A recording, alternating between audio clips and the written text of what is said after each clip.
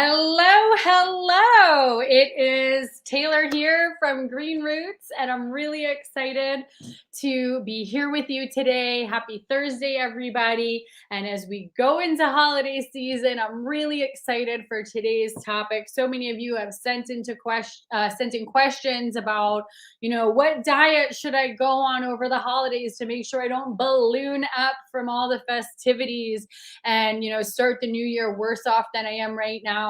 And I can't help but notice I'm not immune to the algorithms on Facebook too. How many highly restrictive diets are being marketed right now, how many ads I see popping up, how many commercials I see on TV. And I thought it was a great time to get in here with you, get you really clear on what doesn't work, and more importantly, get you super clear on exactly what does work to lose weight permanently, to conquer your type 2 diabetes and really build thriving health. So beautiful. Can't wait to jump right in with you.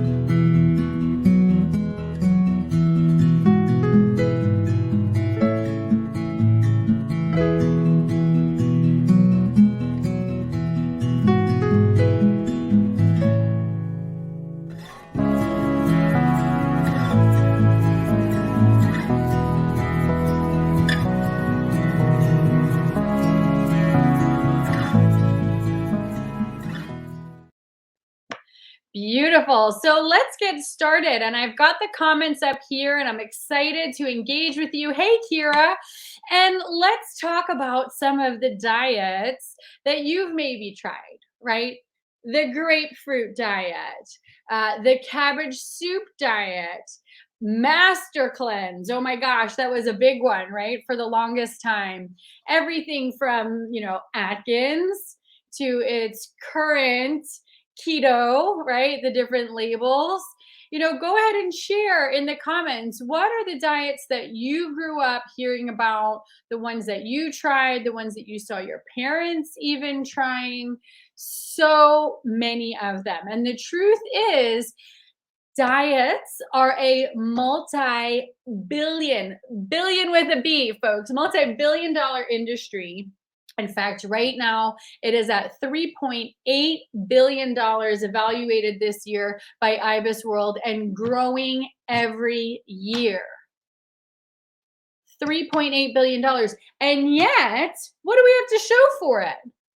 Nothing, because the obesity epidemic is getting worse and worse. More and more people are being diagnosed pre-diabetic. 1 in 3 people right now is pre-diabetic, and type 2 diabetes is running rampant, not just in adults, in kids, in our children.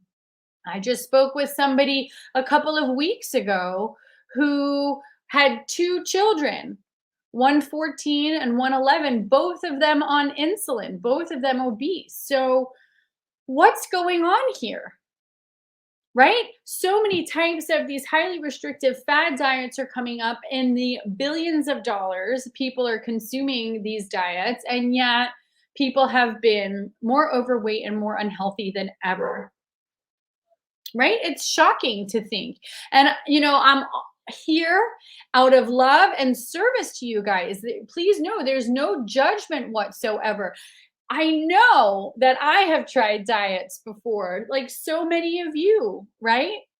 Maybe your neighbor had big success on keto, or maybe, a friend of yours sells one of the MLMs, you know what I mean, with the shakes and the bars, and oh my gosh, the soy fuelings. That's a big one. I can't tell you how many people have come to me eating those soy fueling bars to find out that not only were they not able to lose the weight, and the very few of them that lost the weight gained it all back and then some within a year, but it wreaked havoc on their health. Hives, digestive problems, their A1C was higher than ever. And yet, they're in our face more than ever too, right? These highly restrictive diets. So I want to chat with you a little bit today to empower you with knowledge, right? Once you know better, you can do better, to understand exactly why don't these things work. It's not just you. And if you are like nearly every client that I have been so blessed and grateful to serve over the years, at some point, you have thought it was you, right? You thought it was a matter of your willpower. Are you just not being able to stick with it? Or there's something wrong with your body? Or why can't I've got everything in my life under control. I've got a great career. I have a beautiful family. I've got everything lined up for myself. And yet my weight and my health and sticking to a diet is like the one thing that I can't do. And if you've had that conversation with yourself before, you know how dark it gets and how quickly it goes dark. Right? But if you're like so many of the brave souls that I work with every day, you put on a brave face and you just muster through with whatever coping you have, and tomorrow will be different and next week will be different, and that diet, I'm going to stick to it this time. But really it's that shame spiral when we're laying in bed at the end of the day, bargaining with ourselves. Well, I found myself in the cupboard again, eating all the cookies or having that fourth slice of pizza or that third slice of pizza. Tomorrow will be different. And the worst part is that you're only lying to yourself. Yeah. And that's a great point, Kira. When you're trying to be on a restrictive diet with a family, it makes it even harder. And then what tends to happen? And I see this a lot too. And please, again, no, there's no judgment. I'm just clearing the air, clearing the air. Then what happens? I hear all the time is, one partner is being highly restrictive with their diets and the other partner is eating donuts and sodas and enjoying mac and cheese and all of the foods that they love. And then what builds? Resentment, right? I'm trying to get my health together. You can't bring those foods into this house, right? It just seeps into everything, right? It becomes our full focus. And what I want to share with you why it just doesn't work. First of all, it's just plain unhealthy, right? Our bodies need a variety of macronutrients, right? Carbohydrates, fats, proteins, all the vitamins and minerals to boot with that. But you can't just eliminate one food group and think that that's health supportive for your body, right? Intuitively, we know that. Right? But what goes on? And there's a couple of different variables here at play. First of all, like weight set point has a big thing to do with this, right? Your body is programmed to be at a certain weight given the certain circumstances that it's in right now, including your genetics, where your hormones are, your behaviors, and your environment. So some of those things we can absolutely change, and some of those things we can't. But if you've been tuning in with me long enough, you know that even if you are genetically predispositioned, to be obese or genetically predispositioned to have type 2 diabetes, your behavior, your lifestyle, your environment influences how those genes turn on or turn off. Right? So you have a lot more power than you think. But when we're talking about weight set point and our metabolism, essentially what's happening is when we are losing weight through caloric restriction, your body is intelligent, right? Your body is intelligent, and at some point it simply just adjusts its needs to function with fewer calories. So then you hit the plateau, right? And even there, you feel frustrated because if we're not seeing results, it makes it even harder to stick with things, right?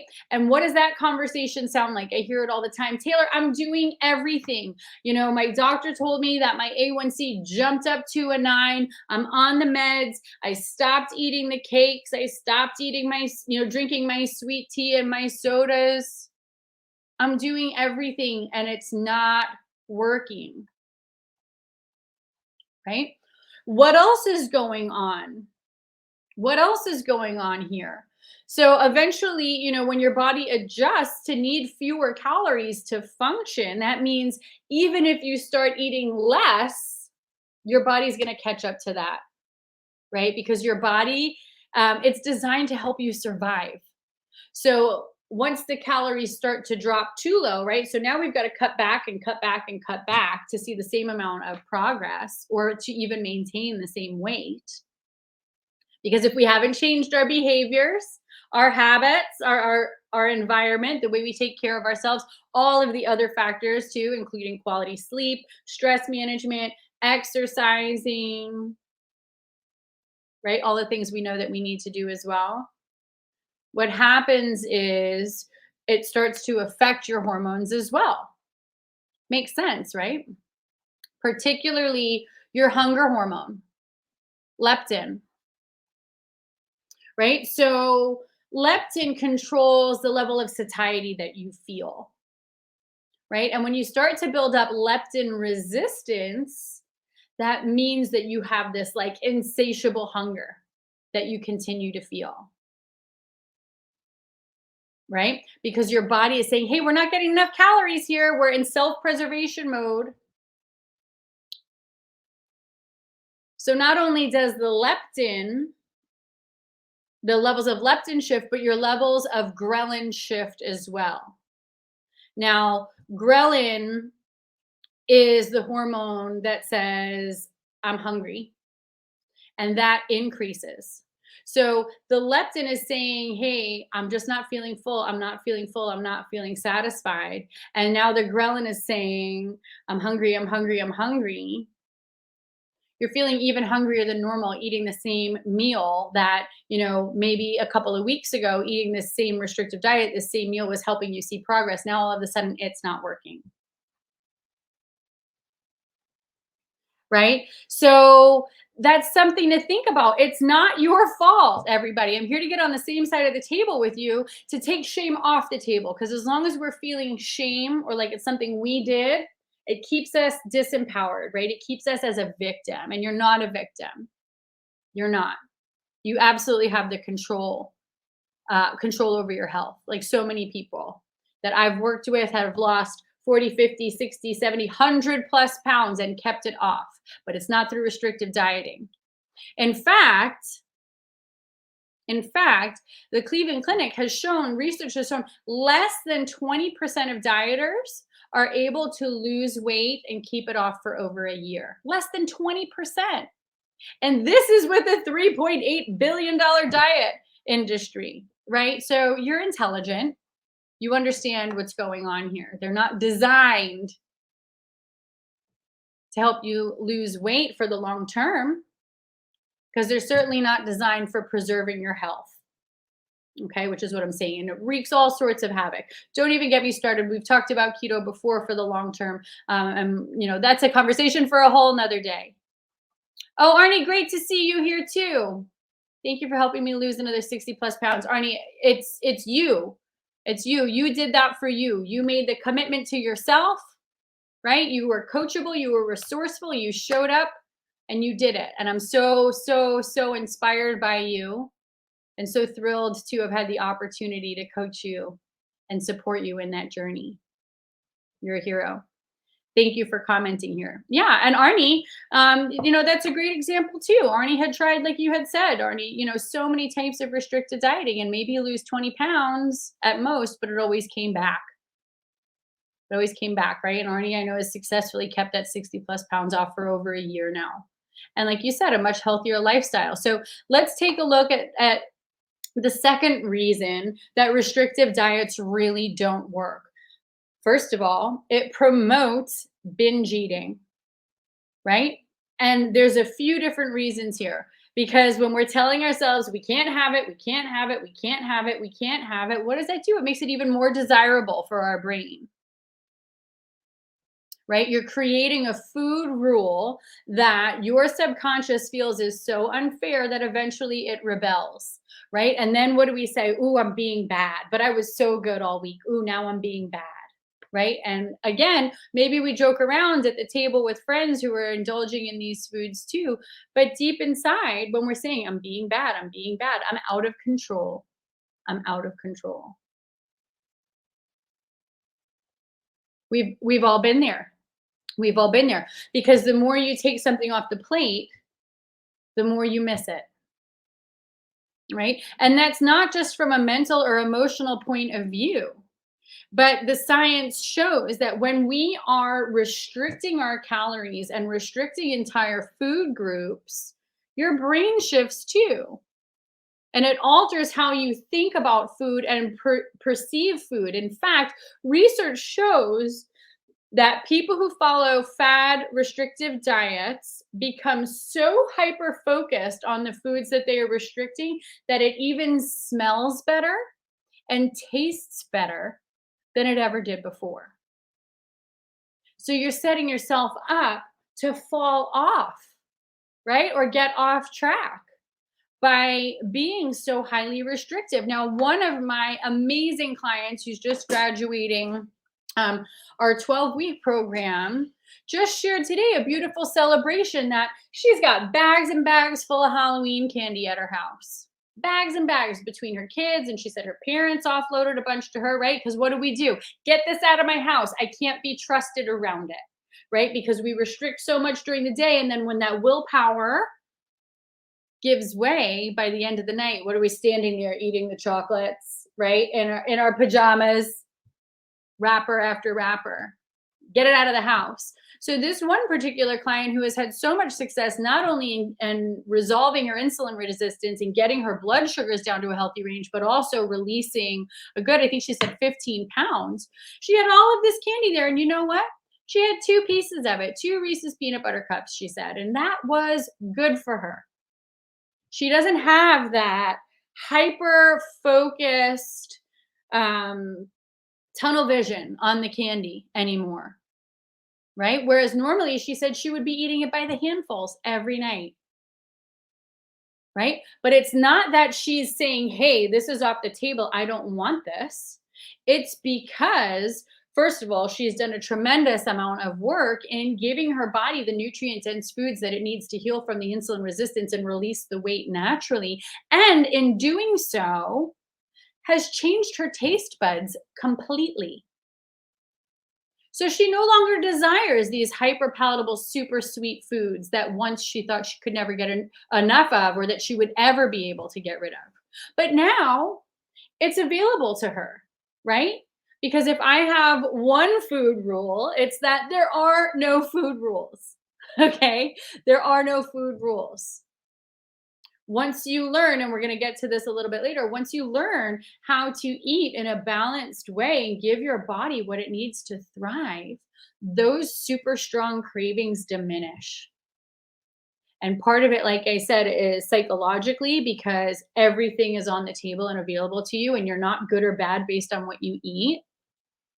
But also, your brain is like, meh, I had one of those. It's fine. You enjoy a couple of bites. And even Arnie, who just commented here, shared with me, whereas he used to go out for a giant steak, now it's like, he'll have a few bites and he feels so satisfied with that.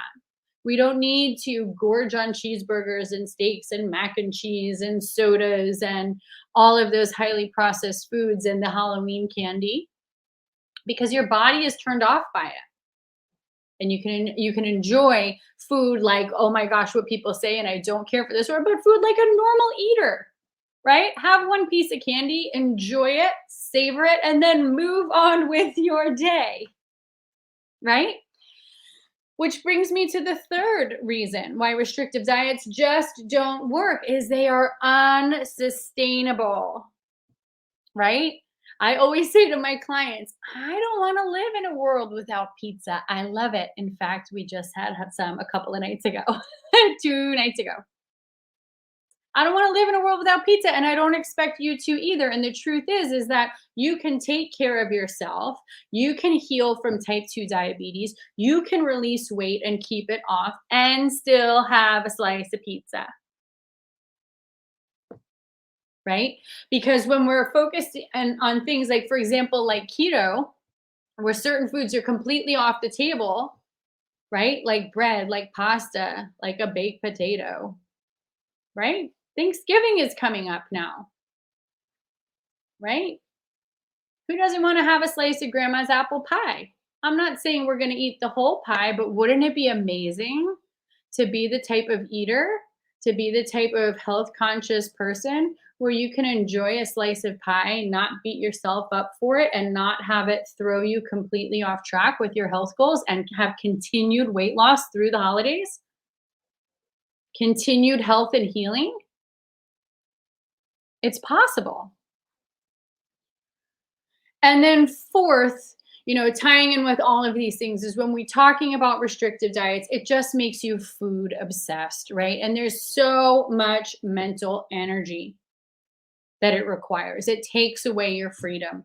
It makes you so hyper focused on foods, right? What do we have to think about now? It's like, oh, okay, I ate this, I had a McDonald's whatever for breakfast, or I had a Starbucks, coffee and muffin for breakfast, but that's okay because then I'll have a salad for lunch, and then for dinner, well, maybe I'll just, I won't eat the dessert. I'll just have a bite of it. And maybe I'll have the sweet potato instead of the baked potato, or I'll just, right? It's so much mental math, negotiating.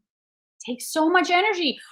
What else would you like to give that energy to? How about some hobbies? How about to, your self-care? How about to your family, being more present with them? When is the last time you sat at a dinner table with your friends or family and just enjoyed a meal without a conversation in your head about how it's going to affect your blood sugar, without a conversation in your head about how you're going to fit into your clothes tomorrow, and without a conversation in your head about being bad or good or getting through the coping? When's the last time? If you're like most people I work with every day, this is a daily occurrence with every meal, and it doesn't have to be that way. It doesn't have to be that way, right? So what does work? What does work, right? First of all, in order to understand where you want to go and what works, you have to understand where you are right now. Because your specific health concerns or your specific weight loss journey is going to be different than anybody else's, right? So, have you been yo-yoing? Have you lost and gained a lot over the years? What other health issues do you have to take into mind? Is your cholesterol high? Is your blood pressure high? Do you have, fatty liver disease already? Are you struggling with kidney disease? Like, there are so many different variables. What's going on with your health? Because the truth is, it's any type of restrictive diet that forces your body to release weight. Not only do we know it's not sustainable, it's not healthy, it makes you food obsessed, it exacerbates your problems, but it's not doing anything to resolve your health issues. So then you're just a little bit thinner and sick at best, right? So I want to propose to you what I propose and what I do, and what, quite honestly, it's not my grand idea. It's based on all of the science and all of the research, is to take a health first approach. Hey, Shivani, mwah, great to see you here. A health first approach. So in order to do that, we need to identify what's going on. Is your digestive system out of whack? Are your hormones out of whack? Are you experiencing painful inflammation? Is that showing up in your joints? Is it showing up as hives? What's going on for you? Identify what's going on first and foremost, because the weight gain is related, I promise. It's not an independent issue. You gain weight because your body is struggling in one area, or more likely multiple areas, and it's holding on to that weight. Okay. And then once you know what the health problems are, we take a look at what the goals are, right? So for the people that I am so blessed to serve, we look at metrics like what is driving your insulin resistance, which is causing your type 2 diabetes. 90% of the time, it's poor nutrition. And we work to heal that and show them exactly what they need to eat based on their body and their goals. But also surrounding factors too. How often are you moving every day? How well are you sleeping? What's your stress level like? Looking at the body and your life as a whole picture, instead of just saying, I'm only going to eat 1,200 calories today. Because I'll tell you what, that's going to drive your stress up in your body. It's going to drive up inflammation. It's going to throw all those hormones out of whack. The ghrelin and the leptin we talked about, but all of them, including your, circadian rhythm, your ability to sleep well, your ability to, function with energy, your ability to think clearly. All of these things get out of whack, right? But you know what I'm going to tell you? The best thing that you can do is learn to eat in a balanced way. And that's easier said than done because a balanced way is going to look different for different people with different health concerns and different goals. So, for my type 2 diabetics that I deal with, what do we focus on? We focus on introducing whole foods that are really nutrient dense. We focus on foods that are lower in fat so their body is able to resolve the insulin resistance from the excess fat that they've been eating. Right? We focus on creating foods that are really delicious, but also very satisfying and filling, right? So you feel like you have all the energy you need through the day, but you feel really happy. I don't want anybody going to bed hungry on my watch, right? Which is often what happens with restrictive diets or calorie restriction, right? I don't want anybody feeling like they can't enjoy a piece of cake at their kid's birthday party. I don't want anybody to be so obsessed with food. I want to teach you to be obsessed with prioritizing your health and how fun that can be. Because once you dial it in and learn to eat in a balanced way based on what your body needs, everything clicks. That brain fog lifts, your energy comes back, you sleep all night, you wake up, you feel like a rock star, you're in a more positive frame of mind. You're able to get to work during the day, power through the day, creative problem solving, being that go to person, get home and still have energy to walk your dogs, go to the gym, play with your kids, make a healthy dinner, spend time with your partner. Everything changes. And a lot of what people think, most people think that it has to take a long time to see results this way. But once you start eating in a balanced way based on your body's needs, where the holes are and where the goals are, right? You want to fill in the gaps from where you are to where you want to go. One of my beautiful clients was just celebrating her blood sugars were in the mid 300s to 400s just last week. And already in less than a week time, she's averaging less than 250 on her morning fasting. Now, that's still really high. We've got a ways to go. But how would you feel to see results like that in 1 week just by shifting how you're eating? Right? I have clients, one of my beloved clients, and I'm not going to share her name here, but we just celebrated together, working together again because she's already reached her goal. She is 100 pounds lighter. She lost it all in a year. She released 100 pounds. She has kept it off for over a year and a half now. She is off all of her type 2 diabetes medication and down in a healthy range. And now, you know what? She's got bigger goals. And if you're watching, I'm so excited for what's coming next for you. But it's without feeling hungry. It's without restricting. In fact, she was just sharing with me that she had a little Debbie cake just the other day and she kind of loved it until, that one last bite where it went from enjoying it to like, oh, gross. I can't believe I ate this whole thing. I can feel it in my stomach because her body doesn't want to eat that food anymore. And that is another part of what happens here too. When we start to eat in a balanced way, we start to think in a balanced way, we start to talk to ourselves with loving kindness, and we start to treat our bodies with loving kindness instead of trying to force it to lose weight by depriving it of food, right? Then we can listen to it. What does it want? Maybe my body wants a little nibble of that little Debbie cake. Maybe a little nibble is fine and the whole thing was too much. Maybe I just need a nap right now. Maybe I'm thirsty. Maybe my body wants me away from this computer screen and going for a walk. Once you start living in balance, it's not just in what you eat, it's just how you live your life. And that is where, people like Arnie who shared here, all of my other clients who've been highly successful, this is not focusing on restrictive dieting, but this is focused on how to live in balance in your life. Right? So I hope that helps. I hope that helps for anybody who has been feeling like, oh boy, I got to get back on the horse. Don't get on that horse. Don't get on that horse. All it's going to do is drive your health problems, further and further and further. It's going to drive that shame spiral and your emotional health and continue to deteriorate that. It's going to make you even more hyper focused on the food. And if you want that, that's fine. But we're going into the holiday season. Don't you want to do it differently this year?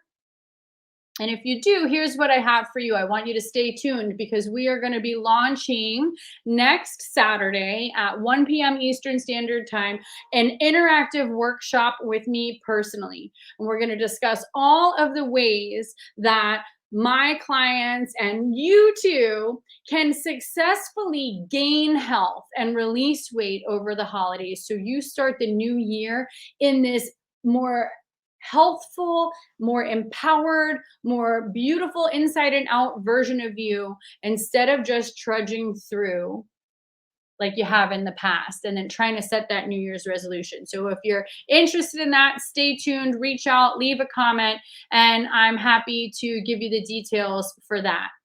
Now, if you feel like, you know what, I don't need the workshop, I'm ready for the help that I need, then book a call with me.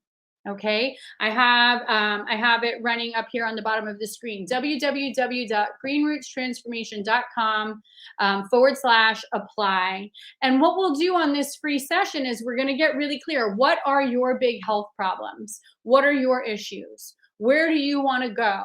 And how can you introduce balance, that your type of balance, whether it's with nutrition, of course, is a huge part of our focus, but in other areas too.